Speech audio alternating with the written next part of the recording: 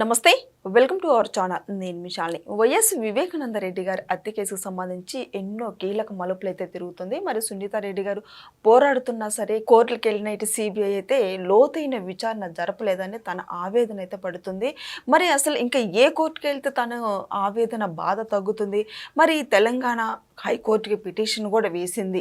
ఇంకా దీంట్లో కీలక అంశాలు వెలుగులోకి రావాలి అని చెప్పి తను పిటిషన్ వేసినా సరే తనకి ఇంకెక్కడ న్యాయం జరుగుతుందంటూ తను ఇప్పటి వరకు కూడా పోరాడుతూనే ఉంది. ఇప్పటికే ఇది ఎన్నో సంవత్సరాల నుంచి ఈ కేసు అయితే నడుస్తుంది. దీంట్లో ఈ కేసుకు సంబంధించి జగన్మోహన్ రెడ్డి గారిది, భారతీ రెడ్డి గారి పాత్ర కూడా ఉంది అని చెప్పి సునీతా రెడ్డి గారు చెప్తున్నారు. మరి ముఖ్యంగా ఇంకా వీళ్ళ పాత్ర ఇప్పుడు వెలుగులోకి వచ్చే అవకాశం ఉందా?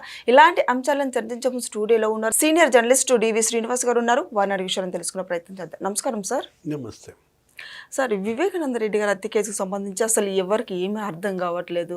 మరి అందులో సాక్షులు కూడా మరణిస్తూనే ఉన్నారు, మరణించి కూడా పోయారు. అయితే తర్వాత ఇప్పుడు సునీతా రెడ్డి గారు సిబిఐ కోర్టుకి అయితే వెళ్ళిన తర్వాత ఆమెకు అనుకున్నంత విచారణ అయితే లోతు విచారణ అయితే రాలేదు, వెలుగులోకి రాలేదు. తెలంగాణ హైకోర్టుకి అయితే వెళ్ళింది, పిటిషన్ వేసింది. మరి ఇందులో అన్న ఇప్పుడు జగన్మోహన్ రెడ్డి గారి పాత్ర ఉంది, భారతీ రెడ్డి గారి పాత్ర ఉందని చెప్తున్నారు. మరి ఇంక ఎవరు చంపేసినట్టు సార్ అసలు వివేకానంద గారిని? ఏమంటారు సార్ దీని గురించి? అంటే ఇదొక పరీక్ష, ఒక అగ్ని పరీక్ష. భారత న్యాయస్థానాలకైనా లేకపోతే దర్యాప్తు సంస్థలకైనా ఇప్పుడు ఒక అవకాశం. మళ్ళా గతంలో జరిగినటువంటి తప్పులు దిద్దుకోవటానికి సునీత వేసిన పిటిషన్ రూపంలో ఇటు న్యాయస్థానాలకైనా అటు దర్యాప్తు సంస్థలకైనా ఒక అవకాశం. ఎందుకంటే ప్రజల్లో వ్యవస్థ మీద నమ్మకం సడలకూడదు. ఇప్పుడు ఈ కేసు, వివేకానంద రెడ్డి హత్య కేసు, టోటల్గా ఇవాళ న్యాయ వ్యవస్థ పైన లేకపోతే ఈ పోలీసు వ్యవస్థ పైన నమ్మకం ఇవాళ ప్రజల్లో ఒక గొడ్డలి పెట్టుగా మారింది. ఇంకా పోలీసుల్ని నమ్మే పరిస్థితి లేదు. అసలు సిబిఐ అత్యున్నత దర్యాప్తు సంస్థ ఇంతగా డ్యామేజ్ అయింది దాని యొక్క ఇమేజ్. ఇప్పుడు నిందితులను మీరు తేల్చారు, అరెస్టులు చేశారు, సూత్రధారులను అరెస్ట్ చేశారు, పాత్రధారులను అరెస్ట్ చేశారు.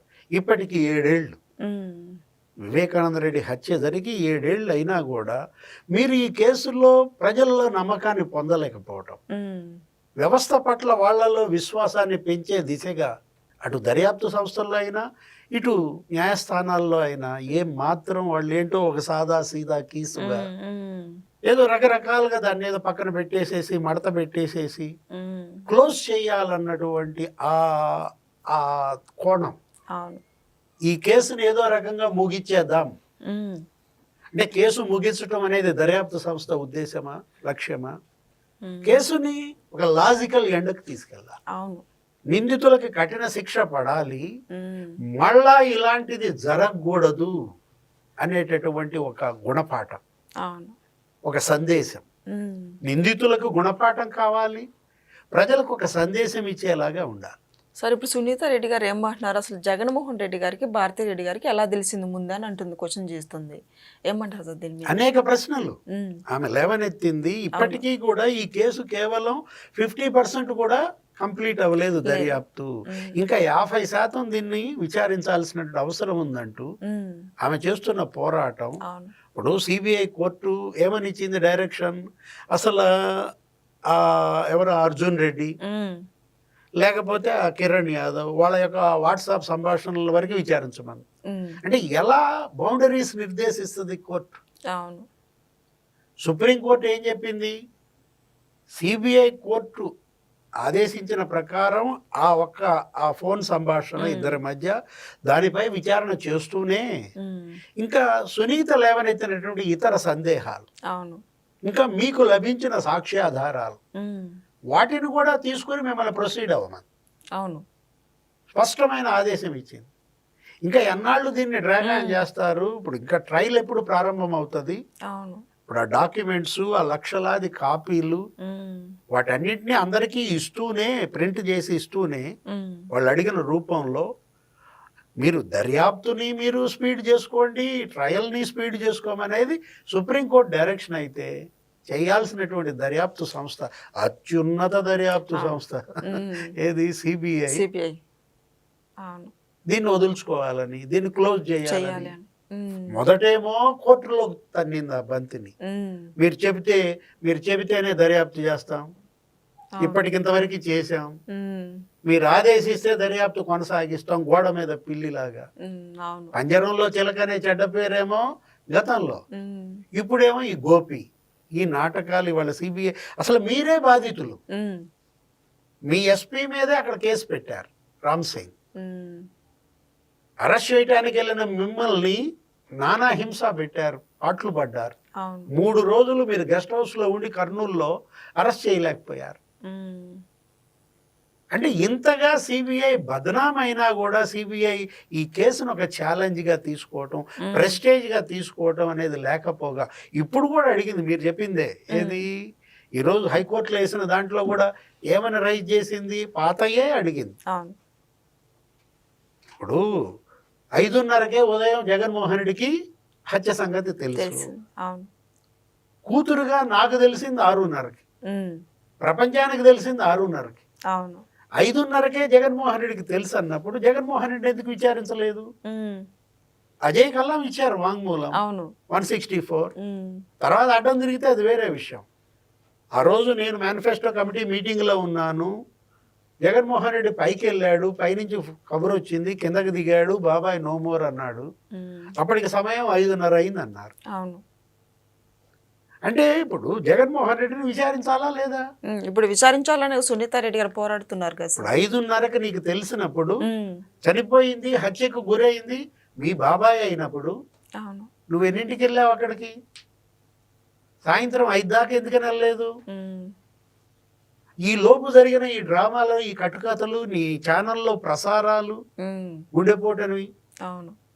రక్తపు వాంతులని, ఉమ్, హత్య అని తేలిన తర్వాత పోస్ట్ మార్టంకు సునీత పట్టుబట్టిన తర్వాత ఆ లోపు జరిగినటువంటి ఆ రక్తం తుడిచేయటం, ఈ కట్లు కట్టడం, ఉమ్, కుట్లు వేయడం, ఉమ్, ఏం జరిగాయి? వాళ్ళు అసలు పిలిచారా, విచారించారా?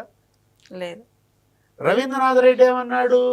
జగన్ మేనమామ, ఆ కమలాపురం మాజీ ఎమ్మెల్యే ఉమ్, అవినాష్ రెడ్డికి తెలియదు అట్లా తొడవకూడదని, ఉమ్, అట్లా కట్లు కట్టకూడదని అతనికి తెలియదు, తెలియక అతను మౌనంగా అట్లా నుంచుని ఉండిపోయాడు చూస్తూ ఉండిపోయాడు, పిల్లోడనో ఏదో అన్నాడు. పిల్లోడా అతను? జగన్మోహన్ రెడ్డి కూడా అన్నాడు అవినాష్ రెడ్డి పిల్లోడు అంటాడు. ఒక కన్ను ఇంకో కన్నును పొడుస్తుందా అంటాడు. అంటే ఎలా సిబిఐని తప్పుదారి పట్టించాడు ముఖ్యమంత్రిగా తన అధికారాన్ని ఉపయోగించుకుని, పోలీసుని సిబిఐకి సహకరించకుండా ఈ కేసును ఎలా నిర్వీర్యం చేశాడు. ఇప్పుడు భారతీ మేడం తను అడిగింది సునీత, భారతీ మేడం ఎందుకని విచారించలేదు? ఆమెకి ఎన్నింటికి తెలుసు ఈ విషయం? ఈ కేసులో ఇవాళ షర్మిలని మరి మీరు సాక్షిగా తీసుకున్నారు కదా, షర్మిల వాంగ్మూలం ఇచ్చింది కదా, అవును. 234 ఏమో ఆమె సాక్షి నంబర్గా ఆ ఇచ్చిన షర్మిల ఏమని చెప్పింది? మా బాబాయ్ నన్ను వచ్చాడు, కలిశాడు, పోటీ చేస్తే నువ్వు చెయ్యి లేదా నేను చేయాలి, సీటు మన ఇల్లు దాటడానికి వీల్లేదు అని ఆయన నా దగ్గర పట్టుబట్టి ఒత్తిడి చేసి నన్ను ఒప్పించి బయటికి వెళ్ళాడు. ఆ తర్వాత హత్యకి గురయ్యాడు. కడప పార్లమెంట్ సీటు కోసం జరిగిన హత్య, ఇది రాజకీయ హత్య అని చెప్పింది ఎవరు? షర్మిల. ఈ కేసులో షర్మిల వాంగ్మూలం తీసుకున్న మీరు ఈ కేసులో మరొక సాక్షిగా భారతీ మేడం వాంగ్మూలం ఎందుకు తీసుకోరు? అవును, చనిపోయింది, హత్యకు గురైంది, ఆమెకి చిన్నమామ, ఆమెకే ముందు తెలుసు అంటున్నారు. ఎవరు ఆమెకి ఫోన్ చేసి చెప్పారు? ఆమె జగన్మోహన్ రెడ్డి మీటింగ్లో ఉన్నాడని పైకి పిలిపించి చెప్పింది అనేది. దీంట్లో జగన్ని విచారించాలి, భారతీని విచారించాలి, ఇంకా ఎవరు వరుస పెట్టి అనేక మంది సాక్షులు మరణానికి గురయ్యారు, అనుమానాస్పద మరణాలు. కువైట్ గంగాధర్ రెడ్డి దగ్గర నుంచి మనం తీసుకున్నట్టయితే వాచ్మన్ రంగన్న దాకా, ఆ డాక్టర్ అభిషేక్ రెడ్డి, ఆ డ్రైవర్ నారాయణ యాదవ్, ఎవరైతే ఈ మరి ఎవరు భారతీ మేడంని జగన్మోహన్ రెడ్డిని రోడ్డు మార్గాన్ని తీసుకెళ్లాడో ఆ డ్రైవర్ ఎందుకు చనిపోయాడు? అవును, ఇవన్నీ బయటకు రావాలంటే ఇవాళ సిబిఐ ఇది ఒక అవకాశం. ఇప్పుడు తెలంగాణ హైకోర్టు ఈ రోజు మరి 2 వారాలకు వాయిదా వేసింది ఇప్పుడు ఈ సునీత పిటిషన్. మరి తెలంగాణ హైకోర్టు చెబితే అన్న చేస్తుందా? ఏమో సార్, అదే చూడాలి కదా సార్. ఇప్పుడన్నా పాపం తన బాధ తగ్గుతుందా? మళ్ళా ఇప్పుడు ఈ హైకోర్టులో కూడా తనకి న్యాయం చేయకపోతే సునీత మళ్ళా సుప్రీంకోర్టుకి వెళ్లాల్సిందేనా? అంటే కోర్టులు లేకపోతే దర్యాప్తు సంస్థలు చెడు కూడా జగన్మోహన్ రెడ్డి, అవినాష్ రెడ్డి అంటే ఒక్క నిందితుడిని కాపాడటం కోసం వ్యవస్థని అమ్మేసుకుని ఉన్న జగన్మోహన్ రెడ్డి అని ఎన్ని ప్రజలు సార్ కోట్లు. అడుగుతుంది. ఆ రోజు మీరు 7 గొడ్డలి దెబ్బలు వేసింది వివేకానంద రెడ్డి దేహంపై. ఉమ్, వివేకానంద రెడ్డి దేహంపై 7 గొడ్డల దెబ్బలు, 2 లీటర్ల బ్లడ్. అవును.